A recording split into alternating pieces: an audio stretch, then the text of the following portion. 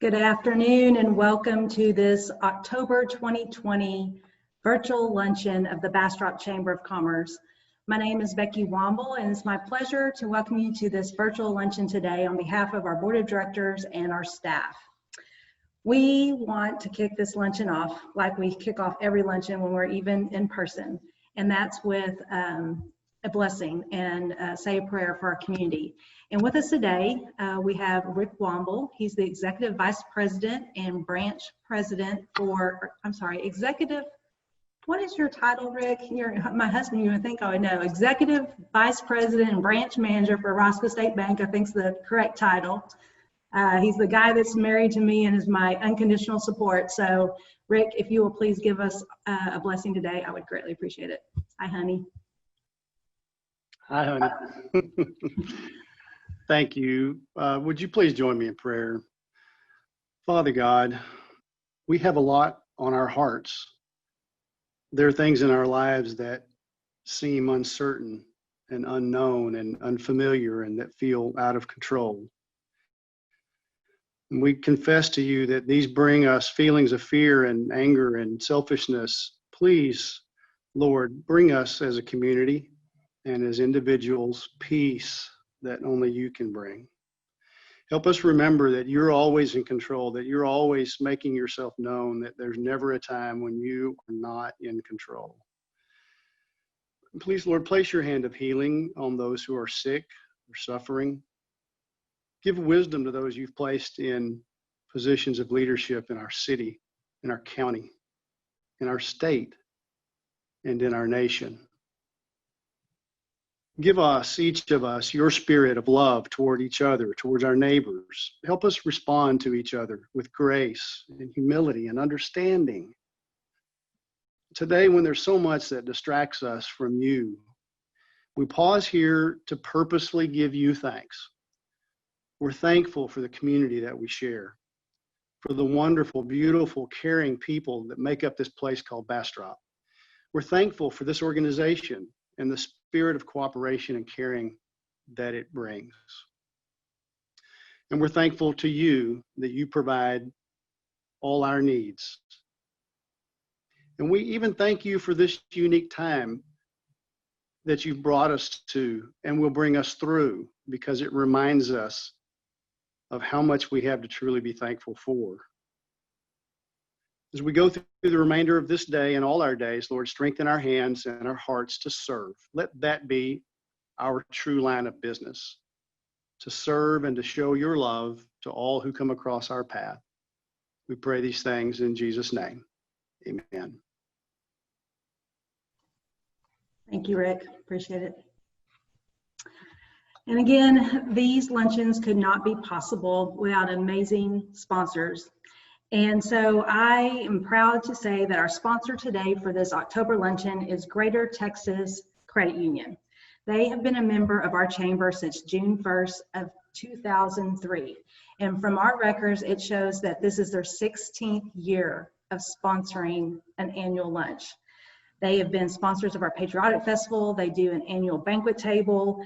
And Jill McNabb is the regional branch manager, and she is over Bastrop, San Marcos, and Maynard. Jill has been flexible with us in our scheduling of our lunches due to COVID, and we so appreciate Greater Texas Credit Union for supporting the chamber in this way. But today, on behalf of Greater Texas Credit Union, we have Rachel Bond. So we want to turn it over to Rachel and let her say a few words on behalf of Greater Texas Credit Union. So welcome, Rachel. Thank you, Becky, and thank you, the Bastrop Chamber. We love supporting you guys and being a part of the Bastrop community since 2003. We, love to be a part. We've been in our current location at 115 Hunters Crossing Boulevard since 2005. Big supporter of the school district, the community, and just, we want to do a quick shout out and as a thank you to our first responders, the servicemen and women, a lot of the teachers and those unsung heroes during this crazy time. We appreciate what y'all are doing for us, even though we might not see it on a day-to-day basis. A couple of quick things about the credit union and what we're doing. We've been serving Texans since 1952, so we are a full-service credit union. Credit unions were not-for-profit financial institutions, so we have a lot of great services and products that we offer the community. A couple of things that people don't always know about us is we offer free financial education. So one of the things, especially during this time when no one's really gathering in person, we're still offering financial webinars. I actually host most of those through Zoom or through any other platform. So if your nonprofit or small business wants to do a budget session, credit building or rebuilding session, or anything like that to kind of help get people on track as we think about the holidays and spending, and then January will be here before we know it, and then we'll look at our credit card statements and we'll be like, whoops, maybe we spent too much. So we can definitely help you out with that, and we'd love to have you, so you can contact our Bastrop branch to get one of those scheduled. We also offer what's called Coffee, which is knowledge of financial education. It's a free online platform that you don't even have to be a member of the credit union to participate in.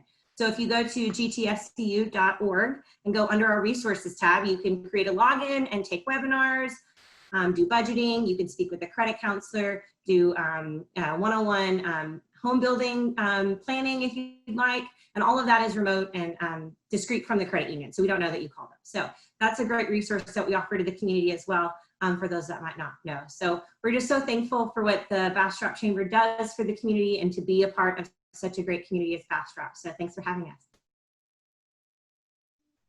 Much, Rachel. And again, our sponsors have been amazing, especially since April. Every one of our sponsors that we confirmed last November has committed and followed through on their sponsorship through the entire year. And so it looks like this is how we're meeting into 2021. So again, thank you for being a sponsor, and thank you for all of our sponsors this year. We could not do what we do without you. So thank you so much. Also, we have 7 brand new members this month that we're excited to announce. I hope you saw maybe their names. We did a little bit of a new thing, and we listed them on a PowerPoint presentation at the beginning of our webinar today. But again, if you didn't catch them, please go to our homepage, scroll down just a little bit, and you'll see a scrolling cycle of all the new members that are joining. And guys, it's exciting. There are businesses joining from all over the Austin area because they know that Bastrop is the new hotspot for development. We even had one from California here this last week, and they do like social media and marketing and stuff. So guys, we're on the map. So again, check our website if you're looking for goods and services, and always shop with a chamber member, and especially always shop local because it helps us locally when it comes to infrastructure. So appreciate everyone's support of the chamber. But every month we get to do a Bastrop Independent School District Spotlight. And for me, it's starting to feel a little bit more normal with the cooler weather and Texas football. So I'm going to turn it over to Dr. Christy Lee to introduce our spotlights from BISD today. So Christy Lee, take it over. Thank you very much, Becky. I appreciate it. I agree with you. It's great to be back in school and to experience this great weather, and of course, nothing quite like Texas football. So with that being said, we have our athletic coordinators from Cedar Creek High School and Bastrop High School with us today, and they're going to kind of tell you what to expect for fall sports and what we can look forward to. So Coach Brian Hill is the athletic coordinator and head football coach for Cedar Creek High School. This is his first year with us here in Bastrop ISD, and we're so happy to have him. Coach Hill? Thank you very much. And again, thank you to everybody attending. Thank you for having me, and thank you to the Chamber for inviting us on here, and thank you for everything that y'all do and all the community and the businesses that help contribute. I know there's a lot of behind the scenes stuff, and they contribute to Bastrop ISD. We know that couldn't happen without you guys. So I wanted to start out by saying thank you for having me, and thank you for everything that y'all do. Like Dr. Lee said, my name is Brian Hill. This is my first year here at Cedar Creek High School. I come from, I coached for my dad for a while at Smithson Valley High School, and that's where I'm coming from. And obviously, it's an interesting year to transition to a new situation. And so, much like many of you, through your businesses and through your family and all that type of stuff, having to make changes, it's been interesting to say the least. But very proud of the way that our kids have handled it. Very proud of the way that our coaches, not just football, but all of our coaches and the district as a whole has handled it, I think, extremely well. it's been hectic at times because, you make a plan and then the state comes out with something or something, and then you have to kind of redo the plan or, you make tweaks and changes yourself to try to better it, to try to make things a little bit more smooth. And so it's been interesting to say the least. And, we're just grateful that we have an opportunity to play fall sports. If you'd asked me a couple months ago during the middle of summer, I'd have said it was about a 50-50 shot. But we are so excited that we're going. And even if it looks a little bit different, even if the situation's a little bit different, we're very happy. And we know that being in school and sports in particular have a major impact on a young adult's life.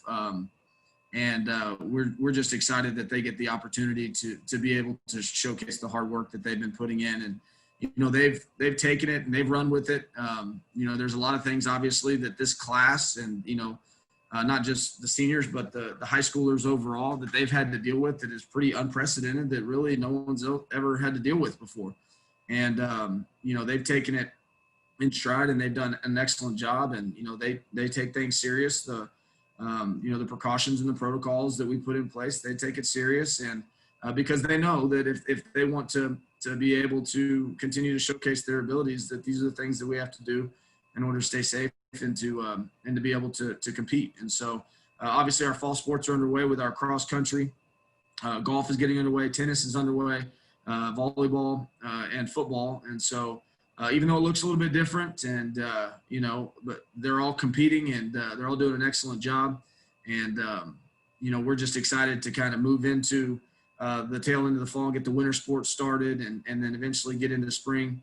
And, but we're ready to do whatever it is that we need to do to continue to do what we're doing. And so however long that takes, hopefully we kind of get back to a little bit of the way things were sooner rather than later. But if you tell me this is what we got to do for the next year, we'll do it because it's worth it to be able to see our athletes compete on the court and on the field. And again, I just wanted to introduce myself and drop by and say thank you for everything that y'all do. And if there's ever anything that we can do for you here at Cedar Creek, feel free to reach out. Thank you, Coach Hill. I appreciate that introduction. And now we'll move on to the leader of Bear Nation over there, Bastrop High School Athletic Coordinator and Head Coach Todd Patmon. Coach Patmon? Thank you so much. Again, it's always a privilege to have the opportunity to represent, Bastrop High School and be the leader of this campus athletically, and also have a chance to be in front of the chamber. I know so often our sports are asking for donations or fundraising, and so anytime we get a chance to be in front and thank you, I love to have that opportunity. And I know our programs wouldn't be able to do the things that we're able to do without your support. And so it's always a blessing to be here. And I think just this year shows how much we really enjoy the opportunities to be around our young people. Like Coach said, 2 months ago, we didn't think we'd be here, and now we are.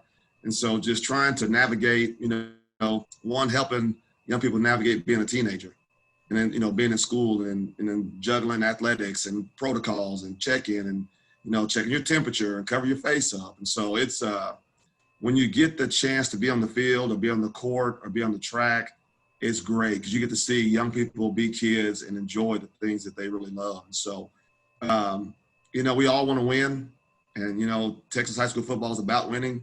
But I think right now we're winning as a community because our young people are back in school, they're learning, and they're competing. And so, we really appreciate the support and appreciate the opportunity. And if we can ever help or come out and take pictures or anything to support the communities, let us know or let Dr. Lee know. And we're here to be a part of the community and serve.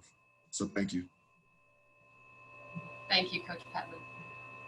And thank you to the Chamber. We always appreciate getting to tell you a little bit about BISD. We sincerely appreciate it. This is a wonderful partnership that we've had for a long time, and appreciate it. Well, coaches, I'll tell you, I don't think anybody's more happy about Texas football than Rick Womble right now. For those of you who don't know, he is a referee, has been for almost 40 years. And so I've never seen anybody so hopeful about season in all my life. I usually have like calendar requests starting in July, and you know, I didn't get those. But anyways, he's a happy camper on Thursday and Friday nights right now. So anyways, thanks for being with us, coaches. Good luck on your season. And anyways, hope you have a wonderful year. And thank you for all you do for our young people. It's very important. Thank you. Thank you for having us. Sure thing. Well, the next thing I want to mention is normally, you guys are probably aware that we have a First Responders Lunch. Last year was a highlight with our 20th annual, and obviously because of this world pandemic, we cannot meet and honor our first responders like we normally do. But the school district, being the amazing partners that they are, have come up with a video. So I'm gonna let Christy, I'm gonna turn it back over to her and let her do a little bit of an introduction about this video that they've done. So Christy.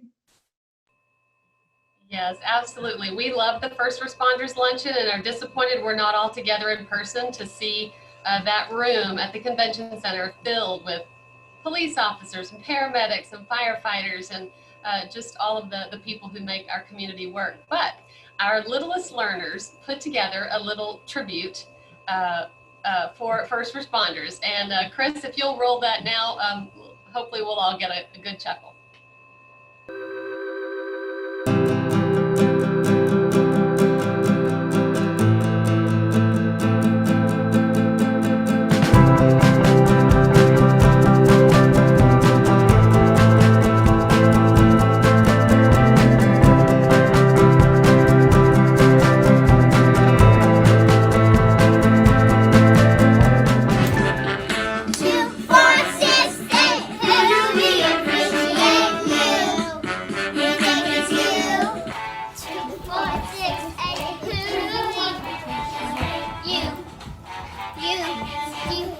What do you like about a nurse? Because they take care of you How? with Band-Aids. What did you learn today? That nurses are cool. How do you feel about police officers? They keep you safe. How do they keep you safe, Ariana?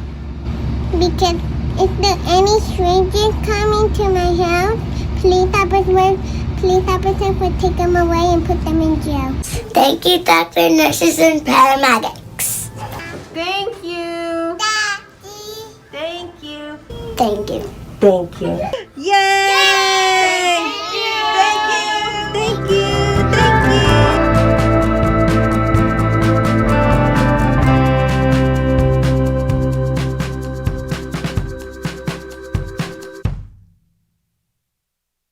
Christy, that was amazing.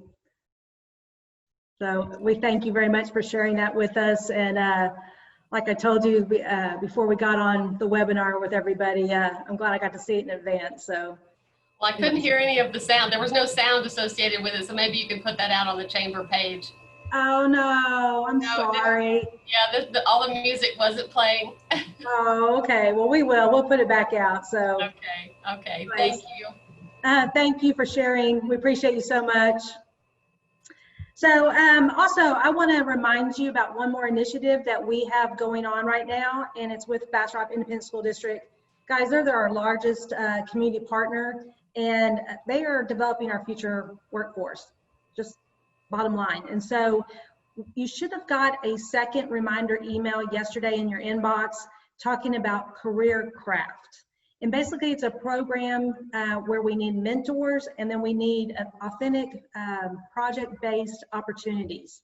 So please go back to your inbox from yesterday and look at that email. It's a real quick registration form, but we need people to step up and help out our students and provide them with those opportunities.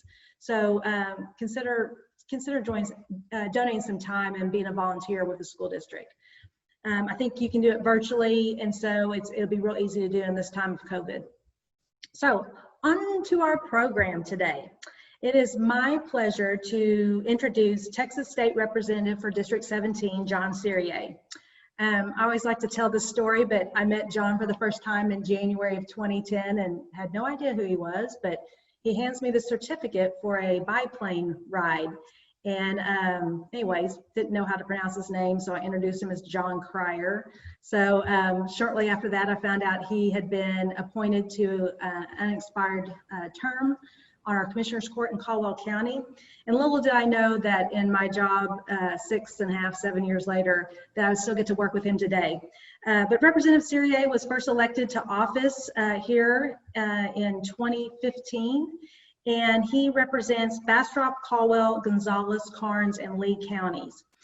He has authored and co-authored and sponsored and co-sponsored a number of legislation in the 86th legislative session. He chairs the Committee for Culture, Recreation, and Tourism, which is very good for Bastrop County. And then he also serves on the Juvenile Justice and Family Issues Committee. So Representative John Cyrier, thank you for being here with us today and being part of our October virtual lunch. Well, Becky and those that are out watching today, thank you. I tell you what, if we had sound, once we get to see the sound to that video that was there produced by Bastrop ISD, I know that video is going to go viral. So I can't wait to see it again and hear it this time. Again, Becky, thank you and your board and the members of the Bastrop Chamber of Commerce for allowing me to be here again, especially on the October, which is traditionally our first responders luncheon. And it's always a great occasion for us to get together and show our respects and show our respect to our first responders that do so much for us every day. And especially during these times when, there's a lot of question about the work that they're doing. We as a community, and I know as business owners and those that are here watching today, we all know how important our first responders are to our community, for our safety, and for the quality of life that we all enjoy, especially here in Bastrop County. Today, as you can see, we're here at our state capitol. The capitol is still closed to the public. It's been closed since mid to late when the governor and the preservation board, who has say on the Capitol grounds, has asked that the public, the Capitol be closed. But I want to tell you, our team has been here every day, and now more than ever. I know several of y'all reached out and realized that our Capitol team for District 17 is here working very hard for our constituents of those 5 counties. Matter of fact, I'm looking across here. I've got Jacob Reagan, and many of y'all know Jacob. There you go, Jacob. And then Susanna Feather is also here with us today. Our team has been rotating in. Get in here. They didn't see it. There you go. Susanna Feather. But our team has been working during these times, just like y'all have, and adapting. And as Coach Hill said, has had to been very flexible of the unknowns, not knowing if the Capitol was going to be back open, not knowing if we were going to get back to work or public education or all the many things that we're normally used to doing in our daily lives. We have had to do many extraordinary things during this time period. And one of the reminders I always like to do and remind people as we go through this, because I have to remind myself about it, is that, unlike a hurricane, or in our case, a flood or a fire or some other type of disaster that may affect just our community, this doesn't just affect our community or Central Texas or District 17. This is actually affecting the whole state. This obviously is affecting the whole United States and our country. But also, too, just remember, everybody around the world is having to deal with this pandemic. And I think when you put your mindset to that, I think that we all kind of remember about certain things that we're missing out on. If it's our seniors last year that didn't get to walk across and graduate, or if it was delayed, or maybe they didn't get to go to prom, or some of the things that they got to do their senior year in high school, to now going to college or going on to other things, that those traditions have been canceled or delayed. I think we need to all remember that we're all going through that. We're all suffering, but we're that much closer to getting back to some of the things that we appreciate and are normal in our lives. And as mentioned, with the fall weather coming in, and thank goodness for high school football and being able to at least have those students be able to participate, if it's not only, you know, the football team, but as I was in the band or the cheerleaders or the student body, to be able to feel like they have something to rally behind. I think that is just so important, and just a reminder we're that much closer to getting this behind us. Again, I wanted to stress the importance of how our team and our staff, and I want to thank them publicly again for all the work that has been done. You know, we also have our personal lives or our spouses and things that we've all had to readjust, but I want y'all to know that our team has been here for you working. We have, many of y'all seen, we've had over 30 newsletters go out since mid-March, giving updates on what is going on, not only in the state, but in your community, and how we can help, and posting that information. We have also been working with Texas Workforce Commission. As we all know, and especially in business, they got overloaded. They really, in one week, they received more inquiries on unemployment than they had done in the 3 years combined. It had been that much of an overload. And I want to commend those state employees for stepping up and being able to work through that during these times. Our staff has been able to work with Workforce Commission and help our constituents get those services that they need. We've helped over 75 constituents with those items. So again, I think we just need to sometimes take a step back and realize we're all in this together, as they say, and that we also have an opportunity. With these things comes these opportunities. Last session, y'all may recall, and I'm very, very proud of the work that we did. We finally took on public education finance, something that's been broken and we've been told that it needed to be fixed, but it's a very complicated issue. The state legislature, led by the state Texas House, we fixed public school finance. Now, we're not there completely yet. As you can imagine, with very large pieces of legislation like that, public education finance will be back again in terms of tweaking it and working it and doing some of the things that we know that we've learned from. But I bring that up as a milestone because that work, little did we know, just like everybody else, a year later, we would be dealing with this pandemic and how important it was to show the support for public education. And what ties to that, one of the things, the issues that we work very hard on, and our team and our staff here at the Capitol is known as a reference or an experts in working on rural broadband.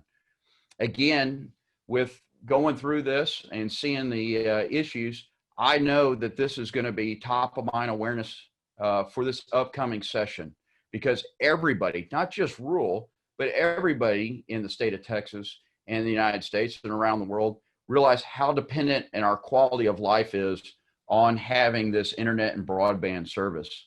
If it's from telemedicine, and then, as I mentioned, to education and being able to go online and to be able to do the things, quite frankly, that we're doing right now, to be able to communicate and work together. One of the things that I also would like to bring up, the end of last year, I was actually appointed to the Sunset Commission.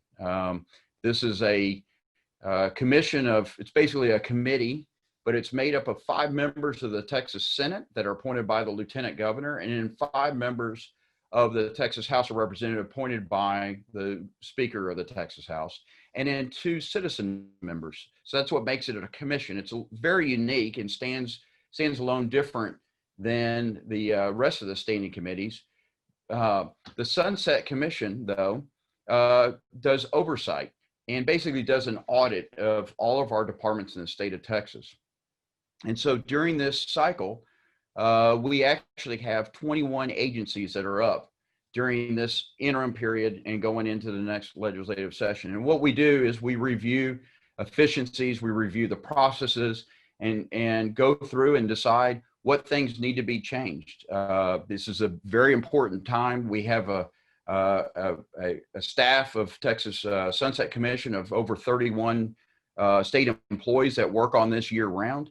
I was selected actually as the chairman of the Texas Sunset Commission. So besides my role, as Becky mentioned, as chair of Culture, Recreation, and Tourism, we're also chair of the Sunset Commission. So again, I want to brag about our team here at the Texas Capitol and for District 17, because that is a lot of work and a lot of responsibility we put on them during this time period.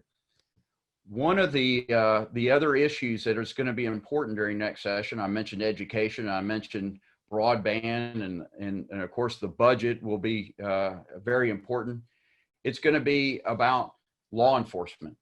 And one of the 21 agencies up during this cycle, which usually is about a 12-year period before they come back up to the Sunset Commission. Well, it just so happens that the Texas Commission on Law Enforcement, this is the Texas oversight for our law enforcement agencies in Texas, from DPS all the way to our game wardens that do state policing, to our local police like Bastrop Police. Texas Commission on Law Enforcement is up for sunset.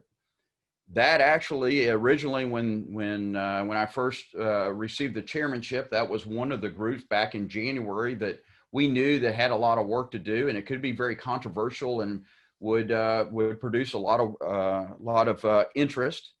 But little did we know how much interest it would be once we started getting into the months of May and June with the different things that have happened across our great country. So with that being said, I started focusing, our team started focusing, and the Sunset Commission started focusing on that aspect as a great opportunity. Again, an opportunity for us to do some major changes and to look into law enforcement in the state of Texas.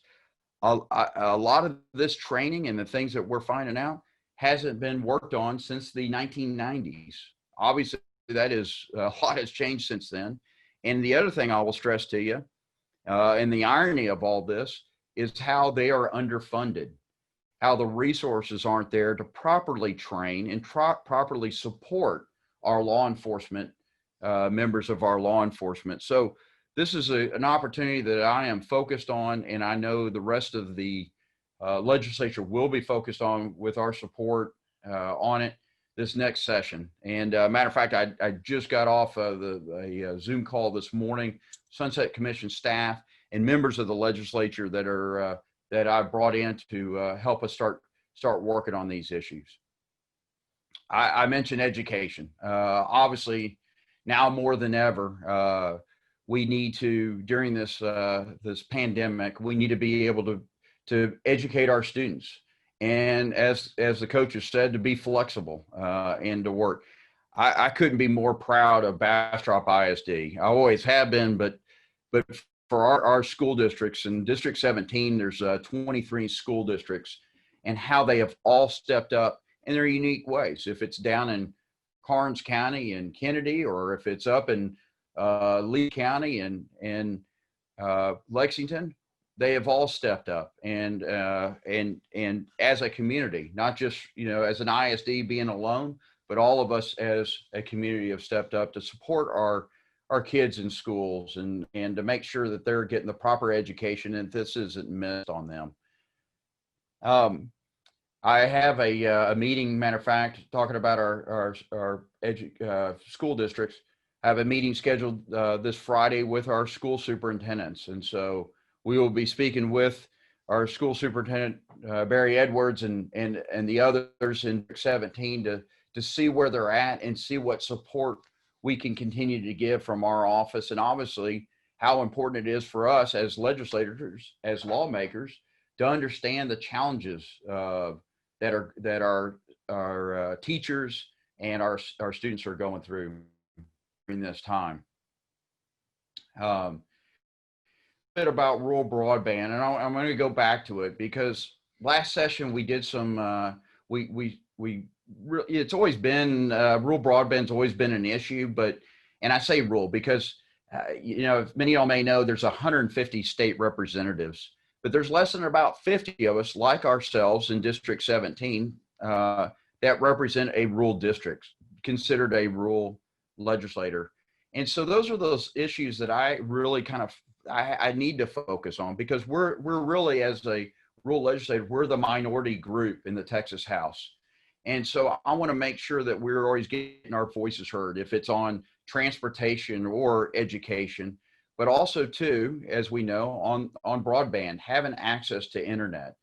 It is so important for us to have that access.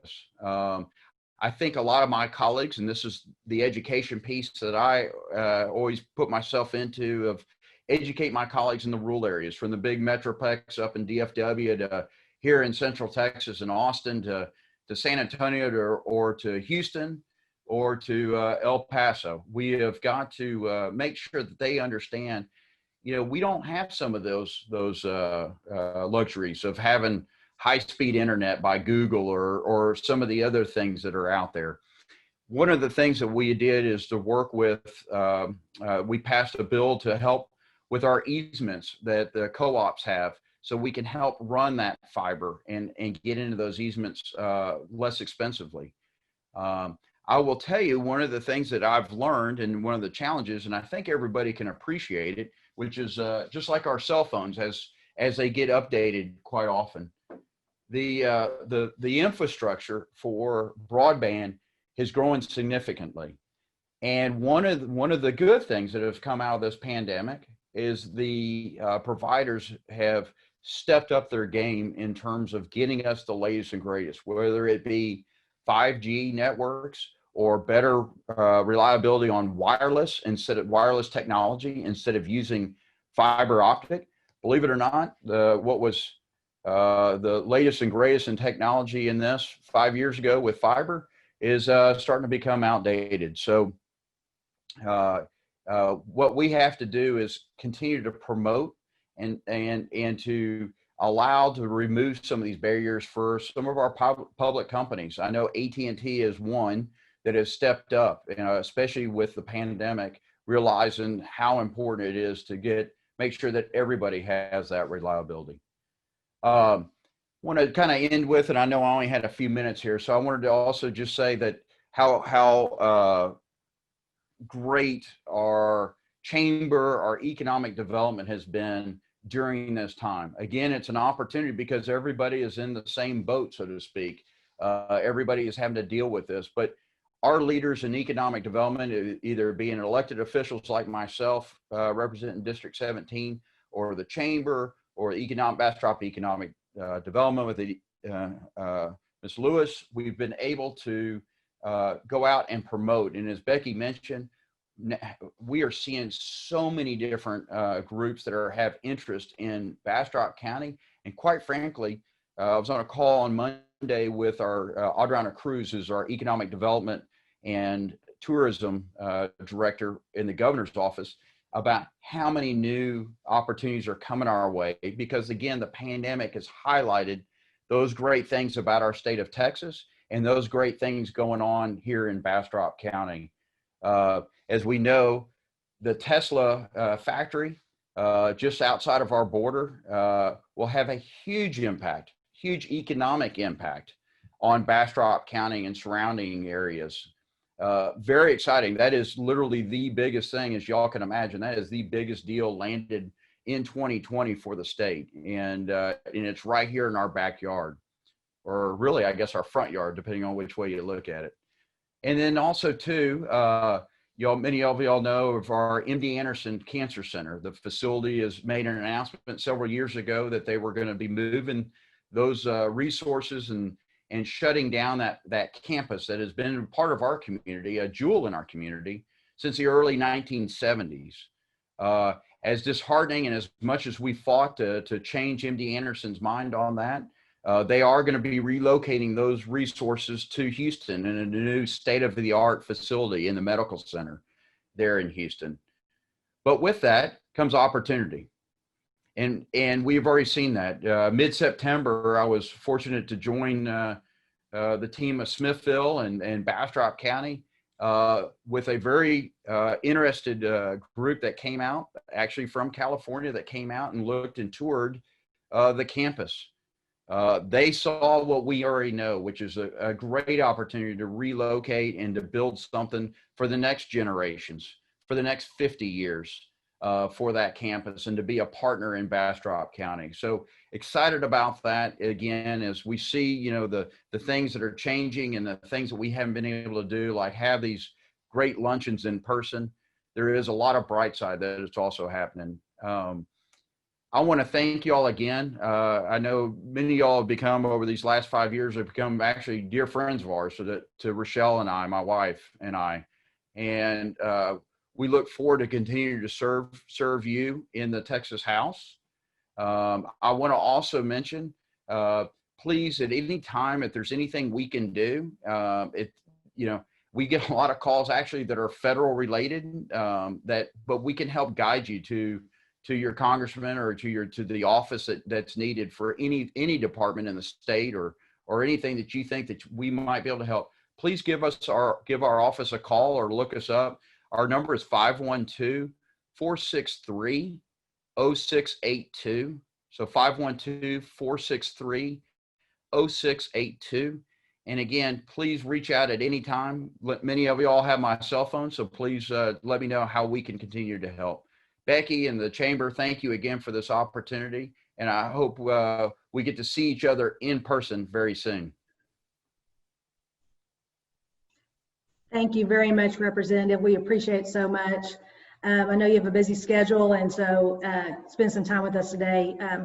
One question I want to ask, you mentioned the scarcity of funding for law enforcement.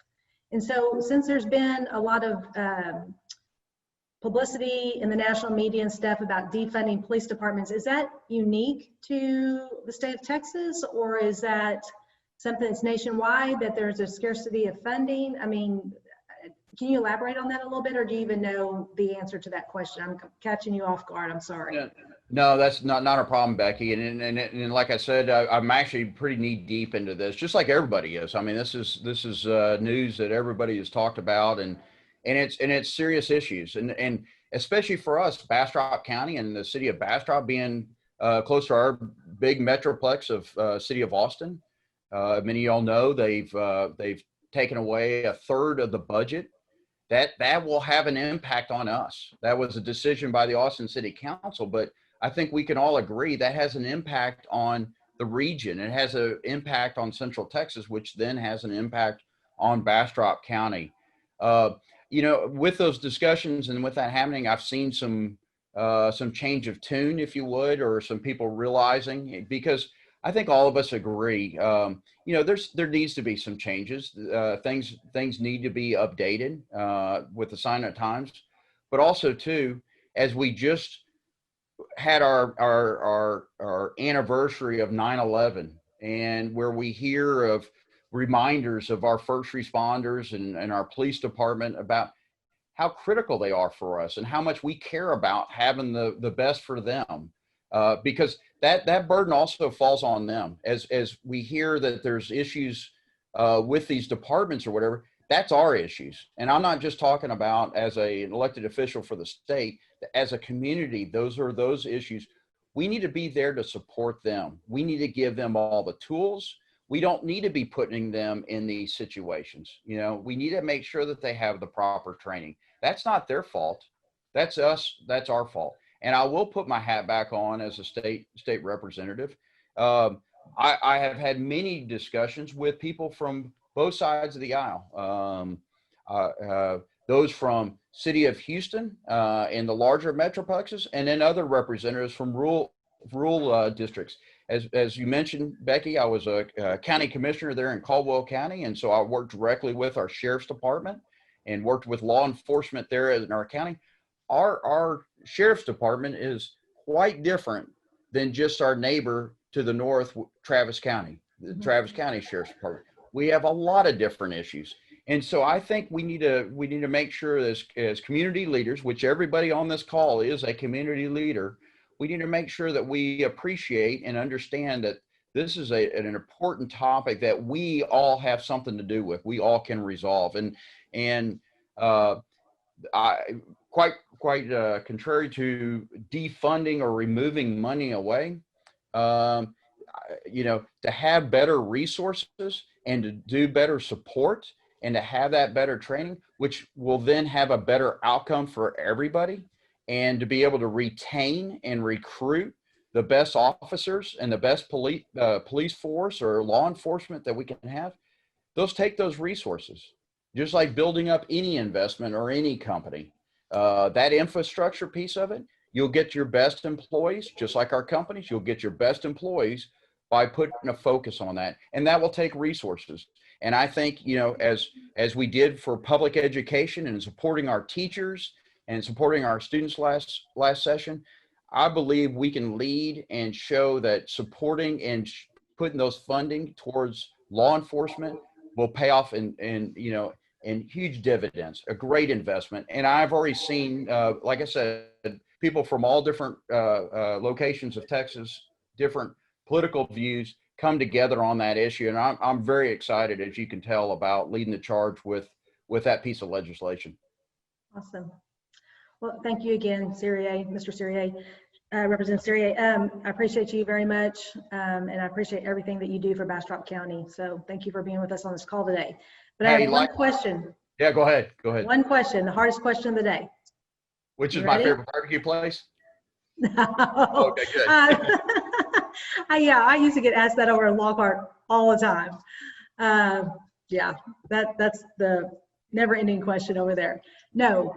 So we have a member-only drawing that we do every single month. And usually when we meet in person, we let it build up if the person's not registered for the lunch or doesn't attend the lunch. But since we've gone virtual, we are giving $50 away every single lunch. So we had 61 people register for this lunch today. So if you can pick a number between 1 and 61, somebody's walking away with $50. So that's your hardest question of the day, is what number between 1 and 61? You know, as being your state representative of District 17, okay, my favorite number has become 17, so 17. All righty. Well, we're not going to announce who the winner is yet. I hold it to the very end, so I hold them on the call so they'll hear my announcement. So we'll hold everybody on the call. So we will be here. We'll be here anticipating that number. And if it's mine, we'll put it back. We'll put it back if it's my name. Okay. No, you're listed as a panelist. You're not going to be on that list. Becky, thank you again. Thank you for this. I appreciate it, everybody. Thank you. Have a good day. Okay, just a few more announcements, guys. We do have a broadband survey that we're promoting in Bastrop County. And last calculations I saw, we're a little short on some responses from our business community. So if you need that link, please email us at info@bastropchamber.com. We will send you the link so that you can register for the broadband survey. It's very, very important so that we can see where the gaps are and that we can get those kind of services. So again, email us and we will send you that information. Next, I want to tell you that next month we will meet again virtually. We'll be doing this till 2021 at least. Is November 4th. Our program is most likely going to be the Bastrop Education Foundation. They were supposed to present in either April or May, and we had to skip that when we were in lockdown. And our sponsor is Blue Bonnet Electric. So please make plans to attend that luncheon. So it should be very, very informative. Let's see, got the broadband. Okay, so the last 2 nights, we have had a couple of candidate forums. On Monday night, we had the Bastrop Independent School District Place 4 forum. And then last night, we had the Bastrop County Sheriff's Forum. The one for the school district is already on our bastropvotes.com website and has already been launched to Facebook. Hopefully later this afternoon, the one for the Sheriff's Forum will be launched. A great opportunity to go back and review what the candidates are saying so that you can make an educated decision when you go to the polls. Guys, we are at a crossroads in our nation, and so this election cycle is more important than ever. I think I heard 95% of eligible voters have been registered, so that's amazing. But I want you to know that early voting for this election begins on Tuesday, October 13th and runs through October 30th.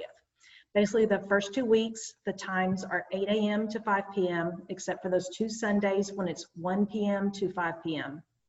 And then the third week, the polls open up from 7 a.m. to 7 p.m. with Election Day on Tuesday, November 3rd.